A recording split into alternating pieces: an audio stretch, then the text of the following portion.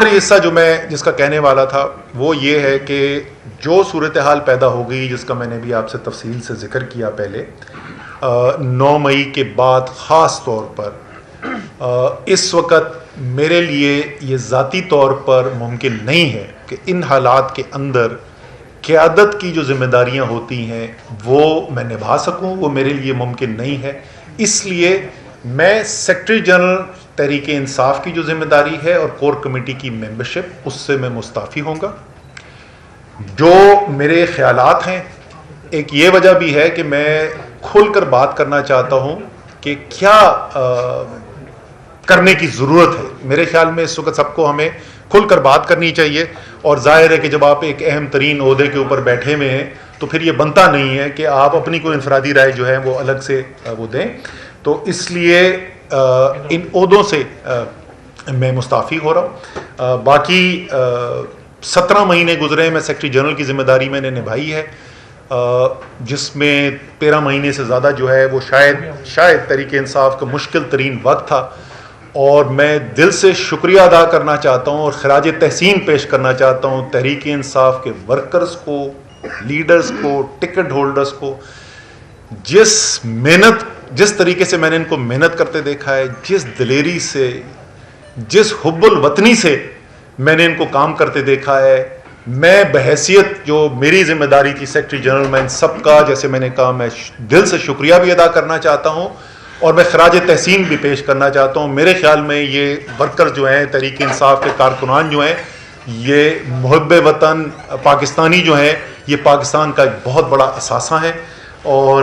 ایک دفعہ پھر آخر میں یہ مطالبہ کروں گا کہ ان میں سے بہت سارے اس وقت بے گناہ لوگ جنہوں نے کوئی غلط کام نہیں کیا ہے اس وقت اسیر ہیں، اور ان کو فی الفور ان کی رہائی ہونی چاہیے. میرے خیال میں کیا کرنے کی ضرورت ہے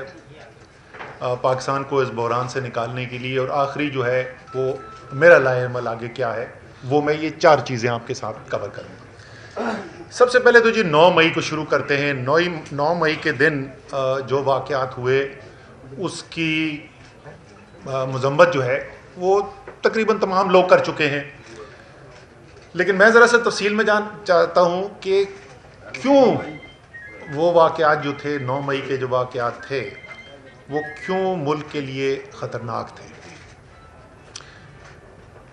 جو اس دن ہوا، لوگوں کی جانیں گئیں، زخمی ہوئے لوگ، املاک تباہ و برباد ہوئیں، سرکاری بھی اور نجی بھی. لیکن شاید سب سے زیادہ جو اس دن خطرناک بات ہوئی کہ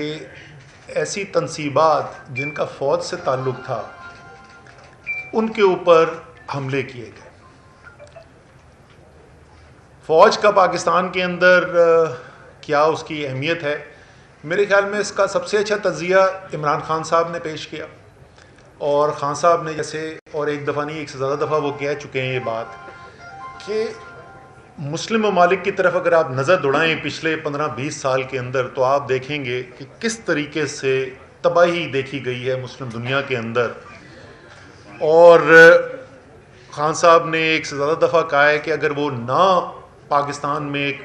ڈسپلنڈ اور طاقتور فوج ہوتی تو شاید ہمیں بھی ویسے ہی حالات دیکھنے کو ملتے جیسے شام کے نظر آئے، جیسے عراق کے نظر آئے. اسی کے ساتھ ساتھ خان صاحب نے یہ بھی کہا کہ مجھ سے زیادہ پاکستان کو میرے فوج کی ضرورت ہے. بحیثیت وزیر اعظم کہا تھا یہی کنونشن سینٹر میں. تو ایک خاص فوج کی اہمیت ہے پاکستان کے اندر، اور ظاہر ہے فوج کی طاقت جو ہے صرف اس کی بندوقوں سے نہیں ہوتی. فوج کی طاقت جو ہے وہ جب قوم پیچھے کھڑی ہوتی ہے تو فوج کی طاقت بنتی ہے. اور اس دن جو مناظر دیکھنے کو ملے وہ نہ صرف قابل مذمت ہے بٹ ایک بہت بڑا لمحہ فکریہ ہے پاکستان کے لیے کہ کیوں ایسی صورتحال پیدا ہوئی. اور ظاہر ہے اس سے جو پیغام گیا ملک کے باہر وہ بھی انتہائی تشویشناک پیغام ہے. تو پہلے بھی اس کی بات کی جا چکی ہے. میرے خیال میں ایک شفاف تحقیقات ہونی چاہیے جس کے اوپر قوم کو اعتماد بھی ہو کہ جو تحقیقات کی جا رہی ہیں واقعی میں جو ذمہ داران ہیں جو ملوث تھے اس کے اندر ان کے اوپر بھرپور طریقے سے ایکشن ہونا چاہیے، لیکن ساتھ ساتھ یہ بھی ہونا چاہیے کہ جو بے گناہ ہیں، کیونکہ اس وقت ہزاروں لوگ جو ہیں وہ جتنی میرے پاس نالج ہے، میں تو جیسے میں نے کہا میں 15 دن کی قید تنہائی سے آ رہا ہوں، لیکن جو میں نے سنا ہے اس وقت ہزاروں کارکن جو ہیں وہ لوگ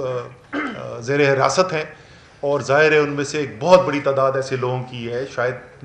تقریباً تمام لوگ ایسے ہوں گے، بہت کم ایسے ہوں گے جو ملوث ہوں، اور زیادہ تر ایسے لوگ ہیں جو بے گناہ ہیں، تو ان کو چھوڑنا بھی جو ہے اور جلد سے جلد چھوڑنا جو ہے وہ بہت ضروری ہے۔ لیکن یہ تحقیقات ہونا، جو ملوث تھا اس کو سزا دینا، یہ انتہائی ضروری ہے۔ میرے لیے ذاتی طور پہ اس لیے بھی وہ اس دن کے مناظر ذرا زیادہ کیا کہنا چاہیے تشویشناک تھے، یا دل کو میرے زیادہ لگے، کیونکہ یہ میں پہلے بھی بات کر چکا ہوں۔ آپ مجھ سے آج کوئی ایسی بات نہیں سنیں گے جو آپ پہلے نہیں سن چکے ہیں، سوائے میرے خیال میں آخر میں تھوڑی سی میں بات کروں گا، باقی میرا تجزیہ جو ہے وہ کوئی بھی ایسی چیز نہیں ہے جو آپ پہلے نہیں سن چکے۔ مجھے یاد ہے میں نے 2017 میں نیشنل اسمبلی کے اندر، قومی اسمبلی میں کھڑے ہو کے تقریر کی تھی، جس میں میں نے 10 نام لیے تھے، اور میں نے کہا یہ نام کون ہے، آپ نے شاید سنے میں نہ ہو، اور وہ 10 لوگوں کے نام تھے، 10 شہیدوں کے نام تھے جو اس سے پچھلے چند ہفتوں کے اندر شہید ہوئے تھے،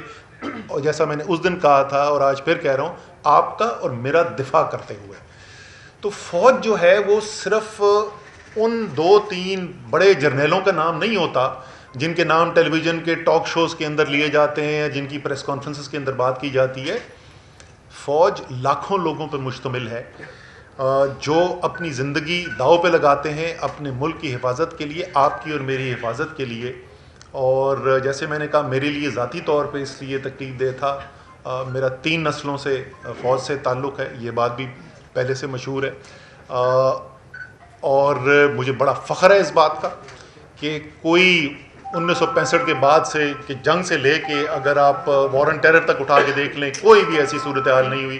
جہاں میرے خاندان کا، میرے والد، میرے بھائی، میرے بھتیجے، وہ انہوں نے اپنی زندگی داؤ پہ نہ لگائی ہو ملک کے دفاع کے لیے۔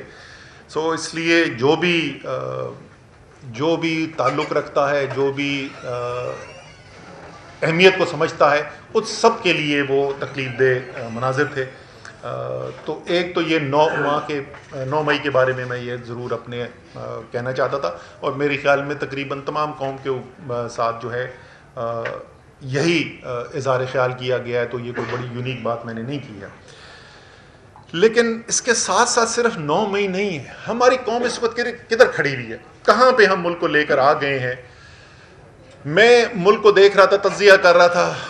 جیل میں بیٹھ کے ٹائم بہت ہوتا ہے سوچنے کا، تو میں نے کہا 5 بڑے سٹیک ہولڈرز ہیں اس وقت پاکستان کے اندر۔ پاکستان کی عدلیہ، اعلیٰ عدلیہ میں تقسیم ہوا ہے، سارا پاکستان دیکھ رہا ہے کہ عدلیہ تقسیم ہے، عدلیہ فیصلے کرتی ہے، عمل درآمد نہیں ہوتا۔ ایک عجیب و غریب صورتحال ہے کہ وہ عدلیہ جس کے بغیر آپ کی آئینی طرز حکومت ممکن نہیں ہے، جس کے بغیر جمہوریت ممکن نہیں ہے، اس عدلیہ کے آپس میں اختلافات پیدا ہوئے میں اور اس کے فیصلے جو ہیں زمین پہ امپلیمنٹ نہیں ہو رہے۔ یہ کتنی خطرناک صورتحال